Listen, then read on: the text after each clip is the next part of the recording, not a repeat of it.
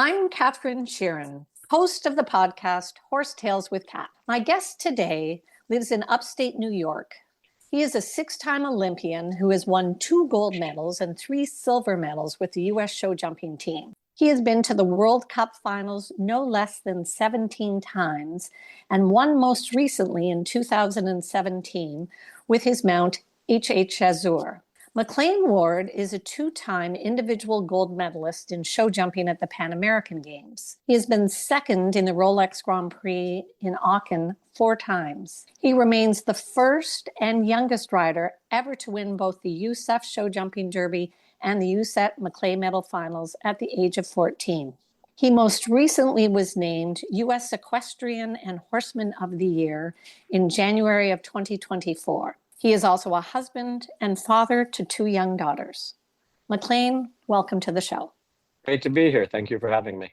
If there's a little background noise, we're in the stable here in Tryon. I apologize, but it's a horse podcast, so I figure you will be forgiven. Yes, and we will actually enjoy the background noise, I think. Yeah. So I always like to lead with, how did you come to the sport? I know your father was a well-known horseman in show jumping, so I'm sure that there was probably no chance you weren't going to ride, but maybe take us a little bit through that process. Actually, both of my parents were professionals in the industry and in the sport. My mom was originally from California, from San Francisco, and started out there, and then came back east, originally to Gallup Racehorses in the Carolinas, and then eventually returned to our area in New England, actually to look at horses with a California professional at my father's place, and they met. So I have the background on both sides. She was more of a hunted rider. My father did show jumping. So, I grew up in a stable and a show jumping and hunt jump stable, and it was certainly laid out in front of me. Who would you say was your biggest influence? Would it have been your father? I think later on, but I always, because his name was a little more high profile, and that was a story that went into my, teens and 20s when I started to make a name for myself. But my first teacher was my mother. My riding style is that of my mother. And that was classic background of that education. I just always assumed that you had some formal training from George Morris because you have such a classic position as far as equitation goes, and you obviously had great success in equitation. But in fact, you never did formally train with George Morris. You only had him as your chef to keep. Is that correct? Yes, I always had a great relationship with George, and we had a great working relationship when I was an adult and a professional. And he had been very supportive of my career as a junior. But I actually worked with Paul Valliere. My father, Paul, helped me when I was 7 or 8 years old starting, and I rode with him through my junior years in the equitation. Those were very classical backgrounds. And my mother's background came a little bit from school out in California that Anchors Indy and Susie Hutchison came from, was inspired by Jimmy Williams' program. So these were all influences that were in classical riding, no matter what the discipline was part of my education. And did you feel like from a very young age you knew that this was your destiny? No, I was terrible at a very young age. I think when I got on horses in my early teens, things took off rather quickly. There's always situations that influence where you go. My parents were divorced. My father was on the road competing in Grand Prix show jumping, and to pursue riding, and particularly the jumpers, was an avenue for me to have a better relationship with my dad. So, it was something I wanted to do, and luckily I was able to do it well enough to continue. And so then at what point did you feel like your talent really started to shine? In my middle teens, I started to win some big events, started to jump Grand Prix quite young, and I don't remember thinking that I was very talented, but I think that was starting to be noticed. And I think more than talent, I'm willing to work, fight for it, have the right instincts, find a way to put certain things together and to build a career. Well, one thing that I thought was also interesting that I noted on your website is a comment that you wrote, which is, without the horse, none of this would be possible. So it seems that you, like many very good horse people, really recognize how significant a role your connection to the horse is. How would you say that developed? Again, was that something instinctual in you? Was that something that you learned from your parents? Or how did that come about? Well, I think we all learn in working with horses, and particularly trying to do sport, right, where there's a level of expectation of performance that a better horse or a great horse can make you look very good, and one with lesser ability or lesser character for what we're asking them to do can make you look very average. There are parts of that connect to the human side. Do we see ability in horses? Do we recognize a talented horse? Do we have the skill set to train and to develop those talents? Do we have the skill set to handle problems and challenges and misunderstandings? And can we build an infrastructure around us to care for the horses that they're in the best possible shape to do the job? So all of these things are factors, but no doubt, and I think as we get older, we realize a really good horse can make up for a really average rider, and not so good a horse can make a very good rider look very average. So that's definitely a huge factor. And I think one could argue a lot of the top riders in the world, for one reason or another, fell into situations that they were partnered with great animals, great horses. And so sometimes they have a connection, they have a sympathy and an empathy with a certain horse that more is given. There are a lot of variables in that. But the horse at the end of the day is the true athlete. Wear a lot of other roles, but the horse has to have a certain amount of ability and desire to perform the task, or else it doesn't matter how well you train or ride or care for them. It's probably not going to happen. You're not going to be successful. Well, I think it's interesting. It doesn't seem like you have a specific type, do you? Other than a horse that is generally in front of your leg. I see that you've ridden mares, you've ridden geldings. Do you have a certain type that you look for? I've heard some riders tell me that character is what they look for. Others, it's a certain kind of stride length or gallop. Do you have a preference? I think if you're going to have a long career, you have to not pigeonhole yourself in a type of horse, because there's many different types of horses that have success at the highest level of all sports. And we probably go to character because character is the thing that makes up for physical differences, right? And it's the same in humans, right? Character, work ethic, fight, grit have been proven now to be huge determining factors in outcome in any pursuit, and can overcome a lot of challenges physically or talent wise. Talent's a kind of a vague term in my opinion. So I think a lot of us now, as the sport horse breeding has gone in a direction that it has, where it's getting so refined, that the big difference is character, right? Is the horse trainable? Does it work with you? Is it willing? Does it have a fighting character? Does it have blood? Then does it have technique to do the job, that it make it easier for it to physically do it?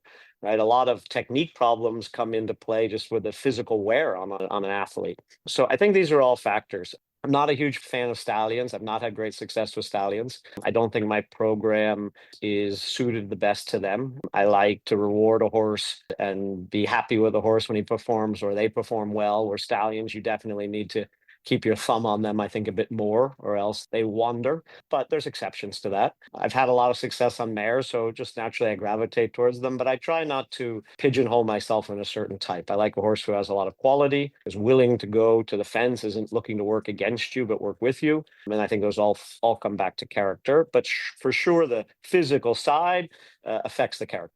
Well, I'm also curious to ask you a little bit about your mindset, because you tend to be the anchor rider, who's always the rider in the pressure position, I think, in those team events. And I think you've been forthcoming about getting nerves still at this level, even after the many years that you've competed. So I wonder, do you have something that you go through to help prepare yourself mentally for the pressure that you're going to be exposed to on a day-to-day basis? Yeah, I mean that's another few hours of podcast. So the mental side of the game is something I've spoken very openly about. I've shared my experiences, because what people see from the outside performance is not what's happening inside, and it's something that has challenged me my entire career. The pressure, for a variety of reasons and expectations that are pretty long-winded. But we're all influenced by our upbringing and the pressures we come into a certain pursuit with, and our own personal makeup. And I would say probably in the middle of my career, my greatest weakness was my mental game, even though it probably wasn't recognized from the outside, but I knew it internally, and I chose to do something about it. started to work with a great sports psychologist by the name of Bob Rotella. And that was game changing for me and frankly, life changing. And I think one of the reasons that I've also been able to parlay my performance in the ring success to helping some other and mentoring some other really top young riders who are really pursuing Olympic level goals is to share those experiences. And then there's shared point of view, a shared experience, and present this is how I got to the other side of it, or this is how I cope with it. And to be frank, I haven't mastered it. It's an ongoing challenge. I don't love riding anchor. I loved riding leadoff, but I can manage riding anchor. We have a running joke in our group of riders that I hate inside turns. I hate them. I walk the course and I hem and I haw and I don't like them. And I moan at the course designers when I think they're too extreme. And then I get to a point where losing is more painful than actually having to execute the turn. So I choose that the best way to do the turn is to execute it to the best of my abilities. But that's a process. It's not just a divine skill that came from the heavens. And that's what training and development is all about. Well, I love your honesty with that, because I can say as an amateur rider, for me, classic day is like your Grand Prix day. And there's many a time I've felt physically ill before I'm going into the ring. So I just wondered, are there even a couple of steps that you take that you find take your nerves down a level? I've woken up Grand Prix Day for 35 years with a knot in my stomach. It's a challenging way to exist. And I always try to tell people, not only outside of the sport, but particularly young people who come for advice and guidance, that first off, that's not going to get better. It doesn't go away. And when it does, you should maybe take up a different pursuit. You've got to learn how to, make the butterflies fly right, for lack of a better cliche. At this stage in my career, I welcome it, because if it isn't there, I don't care as much. And so now I welcome it, and I almost get a bit excited when I feel it. It's still unpleasant, and it's actually can be very stressful for the people around you, because they get the burden of one side of that emotion, but without probably the upside of it always. So that's a bit stressful. But yeah, I think you have to recognize why it's there, why these emotions are there. There's a lot of science behind it that's out there to study, and how to get these things to move in the right direction. And also have to forgive yourself once in a while that they will get the better of you. And I think that's typically in our sport, they'll get the better of you when two things happen. One is you're not actually prepared yourself and with your horse and your team for what the challenge is. And at times when reality is maybe your partner isn't really up to the task that you're asking, and you can't overcome that with training or challenges. So I definitely, love to discuss it with people and share it with people, and different people have different levels of that. And they have to, it's one of those things that they have to work at managing. Well, thank you for your authenticity there. I did want to talk about a time when your nerves definitely did not get the better of you. And that was back in 2008 when you were the anchor rider. It was the World Equestrian Games. I believe it was in Tryon. 2018. 2018, yes. Yeah, we're back here. We're back here at the venue right now. Well, that's what made me think of it. And I know that you brought in a clear round that clinched the gold medal for the American team for the first time, I believe, ever, if I'm not mistaken. I think since 86. Since 86. Okay, so there was a long drought. Yeah. So how does a moment like that feel when you are in a team situation and you're the one that clinches it? Because you've been in that position a few times now, because you've won a lot of medals with the team, and you do tend to often be the anchor rider. Does it ever get old for you, or is it just as rewarding and refreshing each time it happens? I think the first emotion in that particular situation, and any of those, is relief, to be honest. No, it doesn't get old. It's a privilege to be in that position and to be able to not only take on that pressure or that task, but be able to deliver often, because obviously that's an incredible rush that not everybody gets to experience in their life. And something for sure, it comes with its price, but I'm very proud and grateful to have been able to do it. Tryon in particular was a very unique World Championships. It was a home World Championships. There were some issues with the venue that was a bit disappointing from the point of view of what we show the world. There was a moment to overcome some of those disappointments with a great performance in show jumping for the Americans. I also had one student on that team who was a first timer. And I had another person on that team that I heavily gone to bat for to be on the team and believed in. So I felt a lot of responsibility across the board. I would say it was probably the first moment in my career where that responsibility went way beyond just my own performance. And I'd actually had a rail down in the second round and forced us into a jump off. And I remember as soon as I had gotten off my horse, I had to get to the schooling area to train Adrian Sternlick, who was my student. And it happened quite quickly. And to be able to pull that off was phenomenal. And I remember the next day we had an off day and it was my wife's birthday and we went to dinner and I think I fell asleep at the table. So luckily there was a few other people there, so I was buffered. But yeah, it's challenging. That position it's incredibly rewarding. And if you look back when the things have come together, I always say it's easy to say when you walk into the tack room and the medals are hanging on the wall. It's not always easy in the moment, but it's something obviously that's our life work that we're really very proud of. So is there one moment that stands out for you? Because there have been so many and there have been so many horses. I was going through the list and watching videos. In fact, I was watching a video of you winning the CP rail class in 2014. Mm-hmm. And I think that was Rothschild, probably. Rothschild. It was Rothschild. I have that written down. I thought of that one just because I recently interviewed Kyle King and he came second in the same class. And I just wondered, how do you even think in your mind with so many great moments? Which ones really stand out for you? Is it a horse that you maybe believed in and others didn't? Or is it just the circumstances, the challenges surrounding that particular event? Would there be a couple of big highlights for you? Unfortunately, I have to say the great moments that people would look at from the outside for me are actually quite blurry in memory. The ones that are the most clear are the moments where I let things slip away.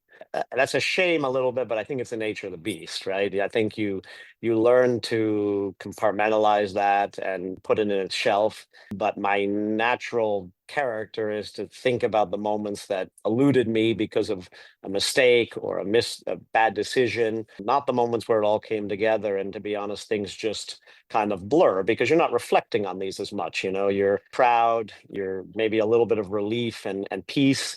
I'd love to tell you that I only remember the glorious moments, but I remember the other ones much clearer. And actually, I made a joke a few years ago. The year before Paris, I broke my collarbone. It wasn't a big deal, but I had to have surgery on it, and we had to stay overnight the day of the surgery. And it was about 10 o'clock at night. It wasn't a big deal, but my wife was going to go stay at a friend's house, and we were in New York City where I had the surgery. And I said, before you leave, I said, I just would like to use the bathroom quick. Can you just help me? Because I was still a little groggy from the anesthesia. And she basically holding me up, and you can imagine the scene without me getting too detailed. And I looked at her and I said, well, we're on the podium next year. People are going to talk about all the glories of sport, but where were they when I was basically, peeing on the floor? So that's not a unique experience of people who chase great things, right? And have the internal experience can have a lot of cost and can be a very different view. And that's the reality of it. And you have to remind yourself, particularly as you get later in your career, to really enjoy those great moments. And a year later, we were standing on the podium in Paris with a horse the year before we didn't even have on our radar, and delivered in a very difficult anchor position. I think it was a very hard round to pull off. Yeah, I think on that podium, I was thinking about that day in the bathroom with my wife. Well, I do agree with you that I feel like all riders universally, it doesn't matter whether they're at your level or my level in the amateur ring, we all focus on the misses we've made, the mistakes. And I always feel like I come out of the ring if I've done something wrong, or even if I've gone clean, I want to know, what did I do wrong? What can I fix? It's the nature of a pursuit. It's not unique at any level or any pursuit. You got to find the balance so that you have some pleasure in life. And we do. But yeah, I'd say people ask me always what I was thinking on the podium. And I say it's either a blur. I was thinking about the people who made things happen for me along the way, or like I said, in Paris, I was thinking of that day at, HSS in New York City at 9:30 at night, and my wife holding me up. There was no glory in that. No. I did want to ask you a little bit about the Olympics, because I think most of us were shocked that you were not the one that went on to the finals in the individual round. And it was, if I recall correctly, it was the very last jump that Elix had down. And I just thought that's probably something that's gone over in your head 100 times since. What did you feel in that moment? Because I was also thinking, it also seems strange that they always do the individual not strange, but I guess it's the reality that it goes after the team and the horses have already put in tremendous effort for the team. And I feel like everybody wants that team moment even more to me than the individual moment, quite frankly. But what would you say? I mean, it was an interesting Olympics as far as the individuals go. I was trying to think who it was that also had a fall. Hendrik van Eckermann. Yes. Who Yeah. would have ever predicted that? The Olympics, from our sport point of view, is not a good format, right? It's not a very fair format, to be honest. It's a very exciting and television-friendly format, and I respect that it follows the Olympic motto of heats, and everybody starts fresh because it's very easy for the general public to follow. From a horse sports point of view, it's not a great reflection any longer of what is challenging about our sport, to perform consistently over multiple rounds and factoring in all of those rounds and tests, you come up with a great champion, right? The Olympic Games now is nothing more than a big one-round Grand Prix. Like we jump every other week of the year. It just has more exposure. So, a horse can jump a brilliant round in the qualifying round and have one light touch and it comes down and you're out, and another horse have not such a good round, but the touch stays up. So there's a lot of chance in that situation. That being said, in the end, the sport is strong, and there was a great group of people in the jump off who are all high performers, and none of them, frankly, were there by chance. So it's a format we accept. Also, in the team competition, there's a lot of strategy and maneuvering that we probably would say doesn't reflect the overall sport in its traditional sense. But it going in, you understand it. And actually, I think Americans have managed the Olympic format very well, not only since it's changed starting in 2020 or 21 in Tokyo, but obviously in the 4 Olympics preceding that, our record's been incredibly strong. So it's a system that we've understood well, and I think I want to say managed well to have a good performance. Mm-hmm. So that gets me to shift gears a little bit about the sport moving forward. It does appear that the sport has become very much a business, and it has become more and more expensive to ride. It's challenging to get to those higher levels. Do you worry at all about the horsemanship side being lost when you see people coming in and it really is just about getting to the high levels very quickly, as opposed to kind of taking the steps along the way to get there? Well, I mean, to back up a little bit, there's multiple questions there. Yes. Every sport's become a business, every sport, right? I mean, that is the realities of finding a balance to financially produce and create the sporting arenas and environments, right? Television, media. I mean, one could argue we're way behind other sports in the business model. The expense or the exclusiveness of the sport is a concern for sure for perception, right? Because there is this perception that you have to be very, very wealthy to be able to mount yourself well enough. And there is some truth to that, albeit I would say that smart, intelligent, talented people who figure out to put the pieces together can find backing, financial backing in some way. And I make the argument that the top 20 in the world typically are not from super affluent backgrounds, if you really look into it. That doesn't mean they didn't have opportunities, myself being first on that list. I didn't come from a super affluent background. My parents had a successful business and had a successful horse business. So there was opportunities, right? I was a pros kid. But there are avenues to get there. And I think sometimes, and I wrote an article recently that had some pushback, that all of these things become an easy excuse, right? For someone to say, well, I can't make it because I don't have money, right? Well, there's a lot of people. Ken Farrington also didn't have money, but he found backing. He found support. He found opportunity. He created it. So did Laura Kraut. So did Beezy Madden. So did the list goes on and on and on. In the modern era, they found ways to do it. Well, I will give that it's getting more and more challenging because it is getting more expensive. And there is more and more money in the sport. I think you do have to be careful to understand the difference between the challenge of finding financial backing if you're of a certain level and ability, and that you can only make it if you have billions of dollars in your family. There also, people need to be honest about the skill sets that it takes. You need to be, yes, a good horse person, a good rider, a talented rider to some degree, a hardworking.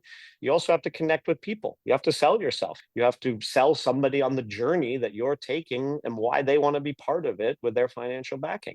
So there are a lot of pieces that need to come together and have for quite some time. And I've seen plenty of talented riders who can engage with people well, and they go nowhere. And so that's a reality factor. Right? You can't get around that. And then the third question, you talk about the horsemanship. And we love to lump money with bad horsemanship and no money with good horsemanship, right? And horsemanship and management has evolved no different than it has in every sport.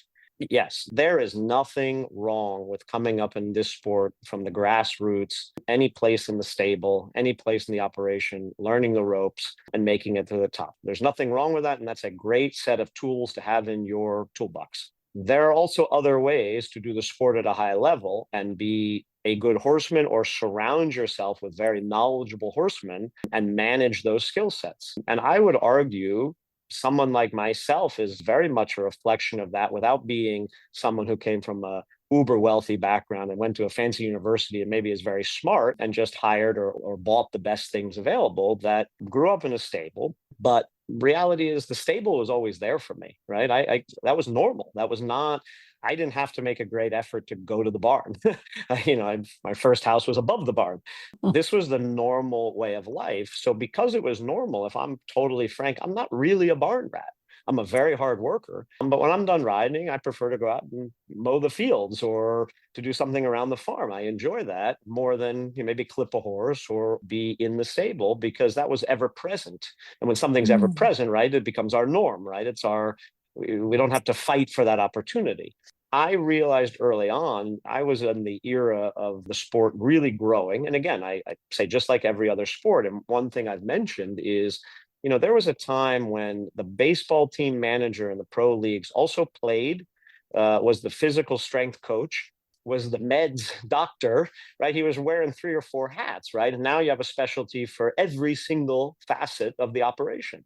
Well, our sport's also grown in that. And the reality that I can do every job as well as someone that I identify as an expert at a particular field that I need in my organization, that's kidding yourself, right? I can't ride the horses, train the horses, groom the horses, shoe the horses, manage the feed program, do the logistics, travel, be with the horses 24/7, be a brilliant leg man, and go to dinner with the clients and raise money and sell the dream, right? Something's got to give.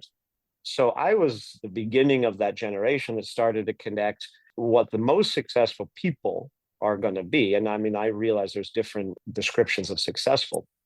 But for me, I wanted to be successful in the sport, and I wanted to be a correct manager of horses' lives and careers, was to surround myself with people who I thought were the very best at their part of the wheel, their cog in the wheel. So we have brilliant grooms, we have great veterinarians and blacksmiths, we have wonderful owners and supporters, we have managers who have, long time horse experience from many different backgrounds.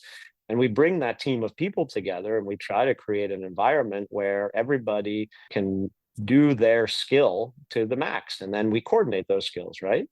So this conversation about horsemanship is complex, and it needs value on everybody's path of horsemanship, but it's ever changing. There were a lot of people who did a lot of hard work in stables and loaded the trail or went there that weren't that great a horseman in the past. Just because they worked hard, they lived in the stable, right? And there are people who now do the sport at a very high level and manage a large string of horses and staff and riders. And maybe they're not in the stable every day with their hands on the horse's legs, but they're good horsemen and they understand how to put it all together. So I think that's a pretty complex story, and we have to always continue to create avenues for people with genuine talent and work ethic to at least see opportunities that they can take advantage of. And then at some point, it's their responsibility to get there. Thank you for that. That's really good. And to expand on that point, I did want to talk about, in your specific situation, you have had head groom manager with you for 37 years, Lee McKeever, and you've been very vocal about promoting how much he helps you. In fact, I think when you were Equestrian Horseman of the Year last year, you said you shared that acknowledgement with him. Could you share a little bit about how that relationship evolved? And I think it speaks to your character a lot when you have people that stay with you that long. It tells me that you're doing something very, very right. So maybe you could share with our listeners a little bit about that. Well, I appreciate that because when any long-standing working relationship that blurs the lines of work and family and friendship is complicated, and we've all really invested a lot into it, and it's been brilliant and challenging altogether.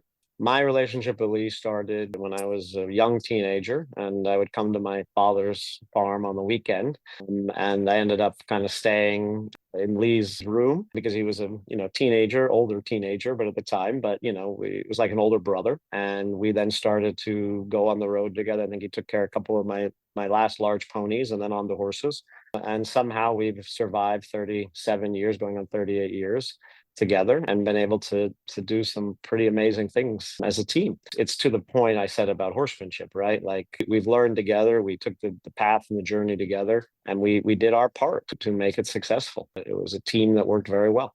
As I said, you don't see that very often. I've spoken with a few riders like yourselves that do have staff that have been with you for a long time, and I always feel like that's a pretty good indication. When I started, for my father's era, people had a head groom, and that normally changed every few years. And there was probably not so much respect in that relationship and a very clear distinction of each person's place. And I think we changed that. I believe that. I take a lot of ownership that I think that relationship, despite not being perfect at times, really changed this whole concept at the highest levels of the sport, that you had this mini team around you, and you had people that were very skilled and had a lot of experience they brought to the table, and you created this small team around you that was going to produce these great accomplishments or work through difficult moments. And now that's the given at the highest levels of the sport. Everybody at the highest level of sport typically has that, or they don't last very long. And I think we were the beginning of that, and I'm proud of that. Well, I'd love to shift gears a little bit now to just ask you about some of your training methods, because I had a few questions from listeners. One specifically was, there was a rumor that you have an actual ring that's just gymnastics. Is this true? Yeah. Yes, it is. Yeah. We have two main sand arenas at our farm in New York. We have one with a course, traditional simple course setup, which actually doesn't change a lot because it's set up in a way that there's a lot of variations. And then we have a secondary smaller arena right next door that's just set up with gymnastics, because I was always educated that if you're setting your gymnastics every day, you're not very diligent about the way you set them. Just time restraints, you cut corners, one day you don't use ground lines because you don't want to lift the poles because you're tired or whatnot. So we have that gymnastic ring set up, and it allows you to always, that's kind of the basic of our training routine, right? So it's always there, and you can always go to it in different forms. And we adjust it pretty frequently, the gymnastics we're doing or for a specific course. And so, yes, that is the setup.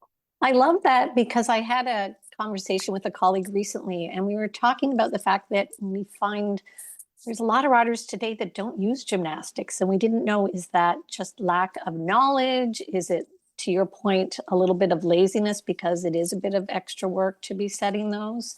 What's your take, or what's your observation on gymnastics nowadays? Well, first, we show too much. We compete too much. So that's actually a bigger problem than anything in the sport, right? There's more and more big events. The season is longer and longer and longer. And it's a bigger problem because I don't know how you combat it, right? An organizer wants to put on an event.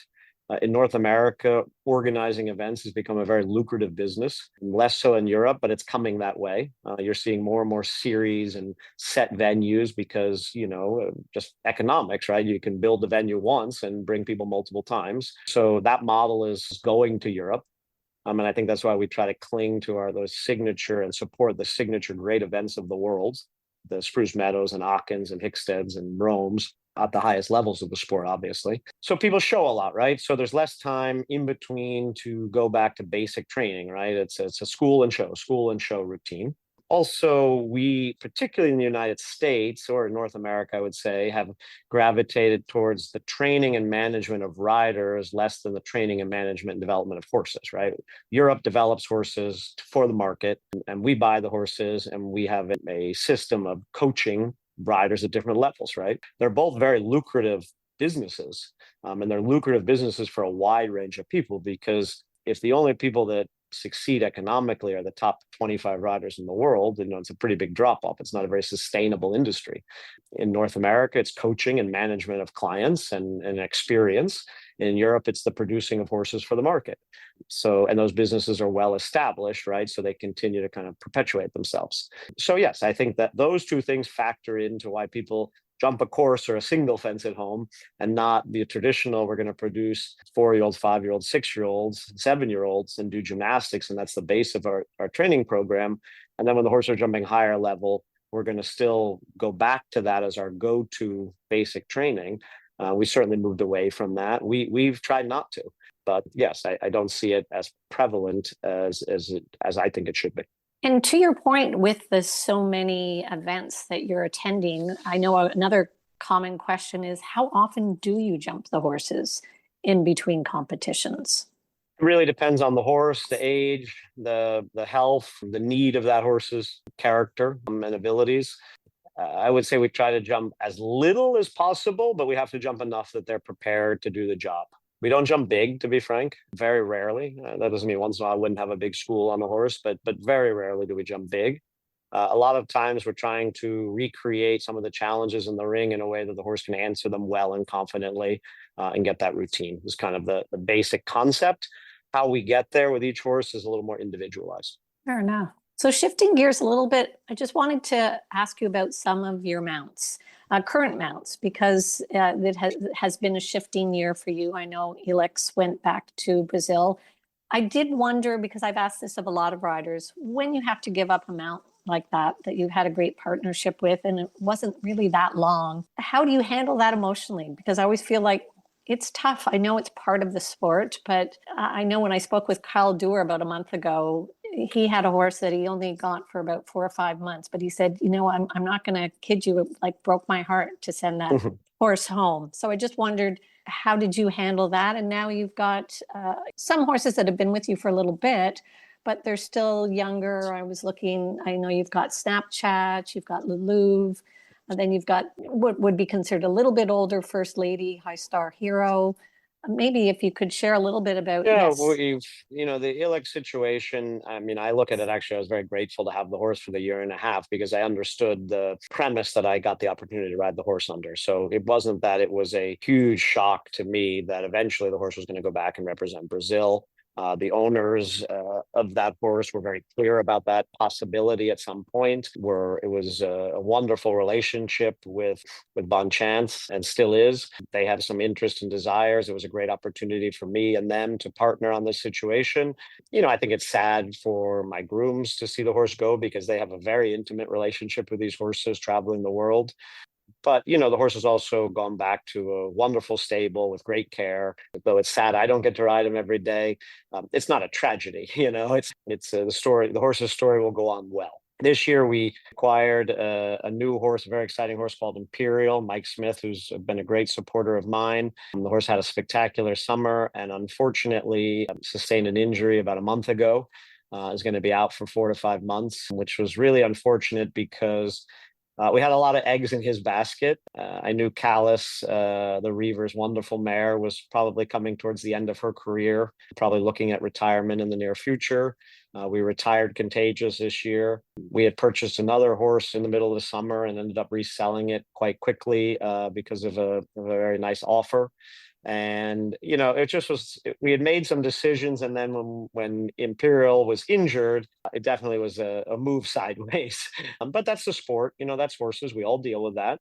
I'm lucky to have other horses in Hero, First Lady, and now some other horses that were scrambling a little bit to step up in this situation, Lilly and a few others that are going to have to be, maybe slightly fast-tracked to the highest levels. But that's what we do, and their foundation is good. So, it's not always a simple road. We're hoping that Imperial will be back early enough for next year's World Championships in August, that he has enough time to be legged back up and compete properly, because he's really a spectacular athlete and horse. In the meantime, the other one's got to step up and pull the weight a little bit.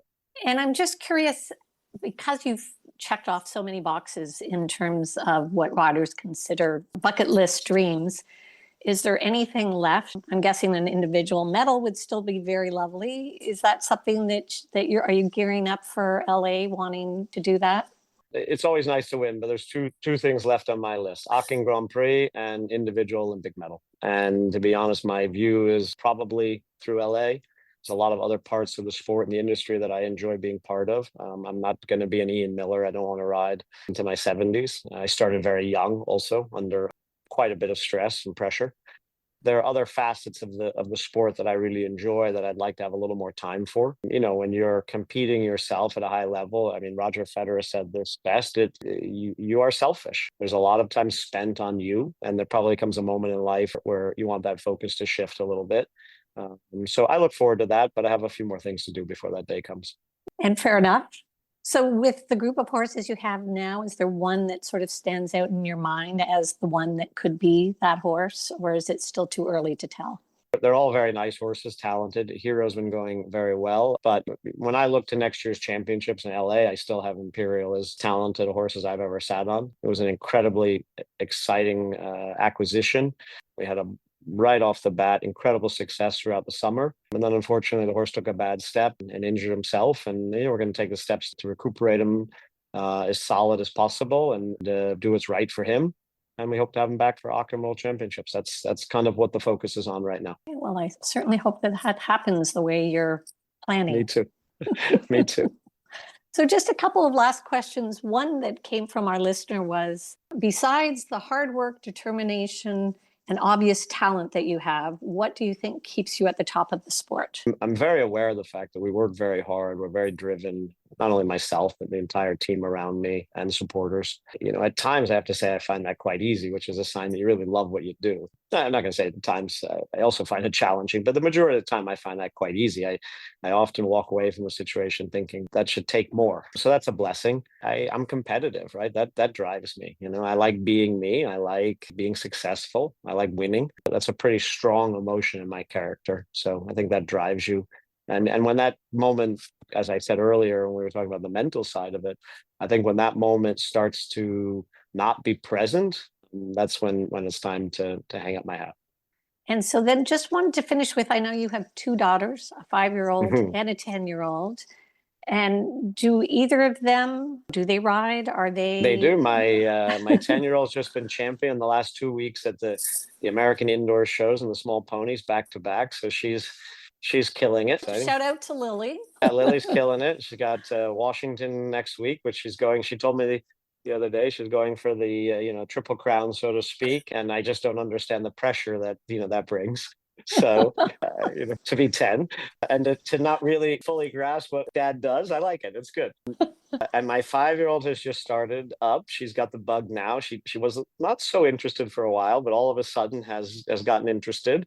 But she's a completely different character. Lily is a mini version of me. We see the world the same way. The younger one is a much freer spirited. I mean, just is a joy. So they're doing great. My wife works incredibly hard with the ponies, and she goes about that side of it just as intensely as we do the international show jumping. So it's very cool to all be able to do together and be so engaged. I was going to say that must be lovely. So I would be remiss if I didn't mention that I have to acknowledge that it's your birthday tomorrow. Unfortunately, yeah, I'm trying to glaze over that one. 50 came quick. So. Well, and I was going to say you're sharing that year with quite a few other gentlemen that I've interviewed this year. So I just thought that was kind of, I know Kyle King had his 50th this year. Absolutely. So I'm going to say, he beat me. yes, he did. And I would say 50 looks great on you. And Thank it's young enough that you've still got many years ahead of you to compete. And try to hang with all the young people. So keeps you young. Well, I think that's the beauty of riding in general. I really want to say thank you so much for taking time out to meet with me, especially during competition, and wishing you all tremendous success in the future. I really hope that Imperial comes through as you're planning and that he's the one, as thank you. It could happen with any of the other mounts as well. And so we just wish you continued success. I appreciate it. You have a great day. Thank you very much. If you'd like to learn more about upcoming guests, please follow us on Instagram and Facebook at Horsetails with Kat.